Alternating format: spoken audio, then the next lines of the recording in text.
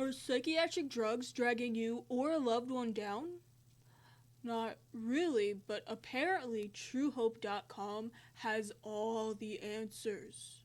Thanks, Craig. Now I can have hope for only $79.98.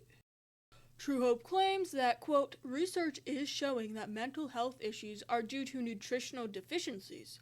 Once you start providing your body and brain with the nutrients it needs to support itself on a daily basis, you will start feeling balanced, stable, and experience true well-being.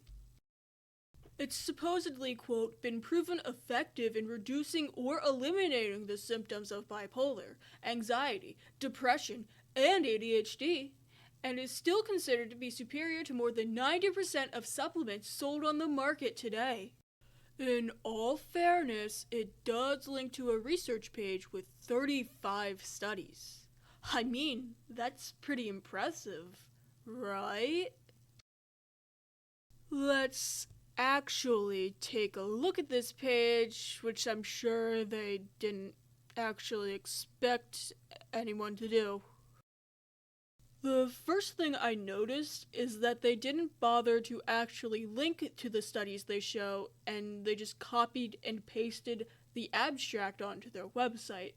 This means I have to go and find it myself, which is fucking annoying.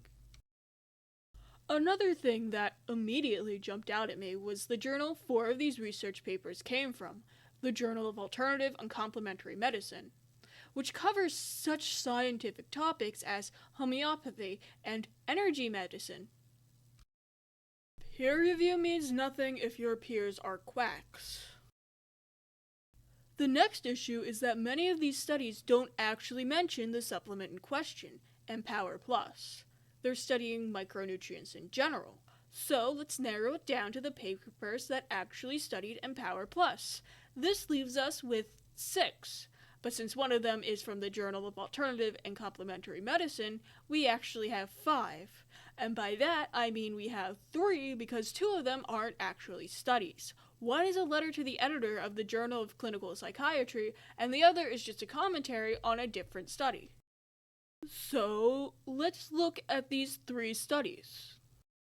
The first is a study published in the Journal of Child and Family Studies called Anxiety and Stress in Children Following an Earthquake, Clinically Beneficial Effects of Treatment with Micronutrients, which was a small-scale study of 14 children. The next study, titled Nutritional and Safety Outcomes from an Open-Label Micronutrient Intervention for Pediatric Bipolar Spectrum Disorders, was published in the Journal of Child and Adolescent Psychopharmacology, was completed by 7 children. The final study, Post-Earthquake Psychological Functioning in Adults with Attention Deficit Hyperactivity Disorder, Positive Effects of Micronutrients on Resilience, from the New Zealand Journal of Psychology, studied a group of 33 adults. If you're well-versed in research and statistics, or you just watch H. Bomber Guy, you've already spotted the problem. Those sample sizes are too small to draw a firm conclusion from. The only conclusion you can really draw is that there's something to look into with a larger study.